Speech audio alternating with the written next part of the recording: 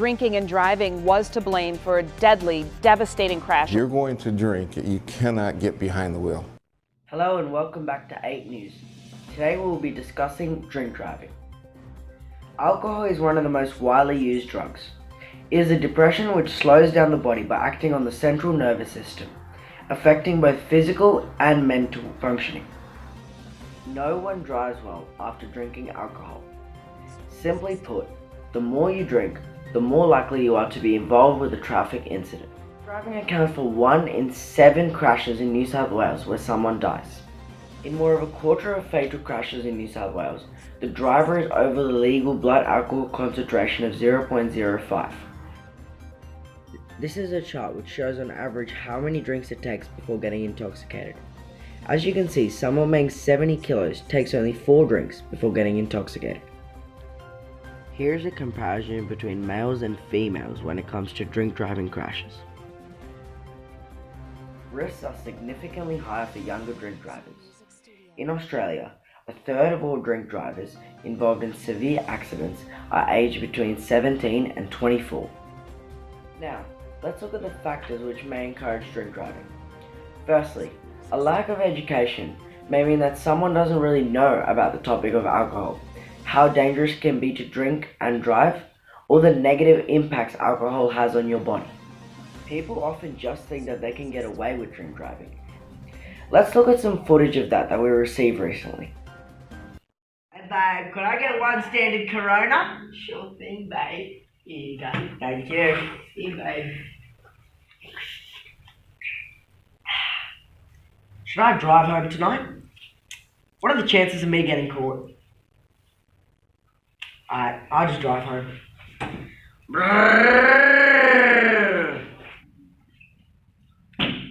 Hey sir, this is random drug testing. Please go here for 5 seconds. 3, 4, 5. We have a BAC of 0.065. Do you know what this means? Am I under arrest? Yes, and your license is suspended for 6 months. Thanks bro, you had a drunk a lot today. It's alright. Want me to drive? Nah, it's all good. Just don't get us caught or anything. Alright. Let's go. Hey boys, have you had any alcohol? Oh. Get out the car. No. I told you shouldn't have done it. Oi, don't pull a runner on me.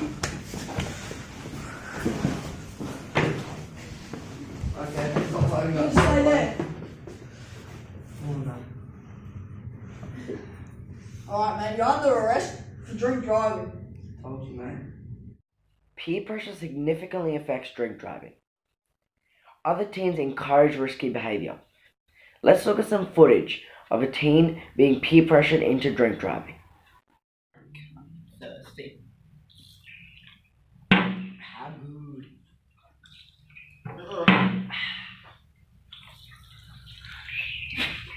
We have to get home. How do you think we'll get home? I'll probably call an Uber. Let me just get. Why? Drive, just drive. You have a perfectly good car. Drinking. It's okay, we won't get caught. It's What, okay. you're a wuss? Just drive me. Okay, I'll drive. How many drinks did you have tonight, babe? I'm not sure, but I think I had 5. Alright. You ready? Yep. Let's go, babe. Oh no. What is it? Car! So as we can see, peer pressure really does have a huge effect on the decision making. It seems uncool to even worry about drinking and driving.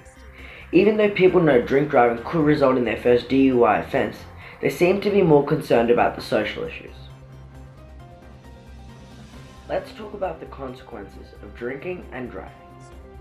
Drink driving is a serious offence. Refusing to take a breath test is also an offence. Depending on the level of your offence, consequences vary. If you are caught drink driving, police may suspend your license immediately. If you are convicted, significant penalties apply, including fines and even prison terms. Let's talk about how alcohol affects the body. It interferes with nerves and slows everything down. Let's in particular have a look at the effects on the brain. Firstly, you have difficulty walking, blurred vision, slurred speech, slowed reaction times, and impaired memory. Clearly, alcohol affects the brain. These impairments are detectable after only 1 or 2 drinks and quickly resolve when drinking stops. On the other hand, a person who drinks heavily over a long period of time may have brain deficits that persist well after he or she achieves sobriety.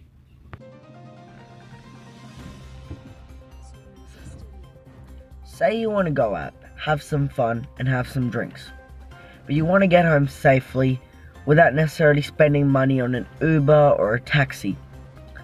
Well, there is a strategy or a solution for this. This is called the designated drink driver. The designated drink driver is someone who stays sober, despite maybe all their friends drinking.